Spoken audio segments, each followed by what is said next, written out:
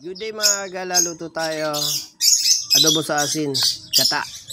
So mga kasama ng ating mga lulutuin. Flex lang muna natin mga gala. Let's go! Kung mapapansin mo, kumon yung ating saging, yung ating kamuting kahoy, lalagyan natin ng mga spices, yung ating bawang, sibuyas, luya, lemongrass, yung ating tanglad mga gala. Tara!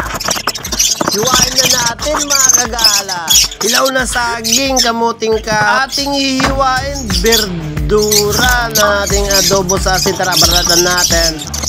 Panorin muna natin mga kagala. Medyo matigas to.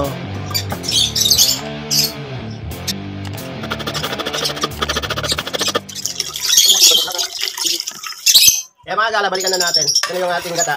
Gagawin natin itong mama coil. Ilalagay na natin yung iba nating sangka para maluto na siya. Yung ating luya. Kukuha tayo ng gagawa tayo ng mama coil, yung galing ko sa mama coil. Fresh mga gala, nilagay ko na, balikan ko kayo. Ciao! Flex lang muna natin mga gala para maintindihan nyo yung ibig sabihin ng mama coil. Mama coil mga gala, dito tayo gagawa tayo ng ating oil. Gagawin nating oil from gata, gagawin nating oil. Dito na rin natin igigisa yung ating bawang, sibuyas, luya, tsaka yung ating lemongrass, yung ating tanglad. Tapos pag medyo nag-simmer na siya, tapos simmer fry, tapos lalagay na natin yung ating karne ng baboy mga gala. Lagyan natin yung ating karne. Lagay tayo ng asin lang. Tapos lagay tayo ng konting tubig. Takpan natin, hayaan lang natin kumulo. Bago yung kumpare ko, magluluto kami, adobo sa asin. Tara, lutuin na natin. Tapos tatagay tayo. Ito natin mga gala. Kukulo na siya.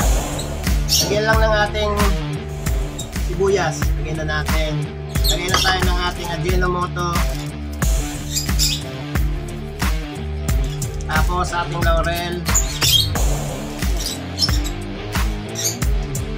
Tapos magdadagdag tayo mga gala ng ating fish sauce.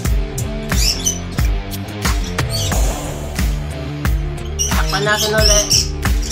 Balikan ko yung mga gala. Ilagay na natin mga gala yung ating kamuting kahoy. Una muna natin to bago natin lagay yung ating saging kasi medyo matigas siya. Lulutuin natin to for about 3 to 5 minutes mga gala. Lagay na natin. Sunod na natin yung ating saging. Ito yung ating napakasimple, almost finished product. Yung ating adobo sa asin. Ginataan natin mga gala. Napakasimple. Nakukuha natin yung mga pamberdura natin, pagsama natin dito sa bakuran lang yung ating saging, yung ating kamuting kahoy mga gala. Salamat sa panonood. Have a blessed day everyone and ciao for now. Ciao, ciao.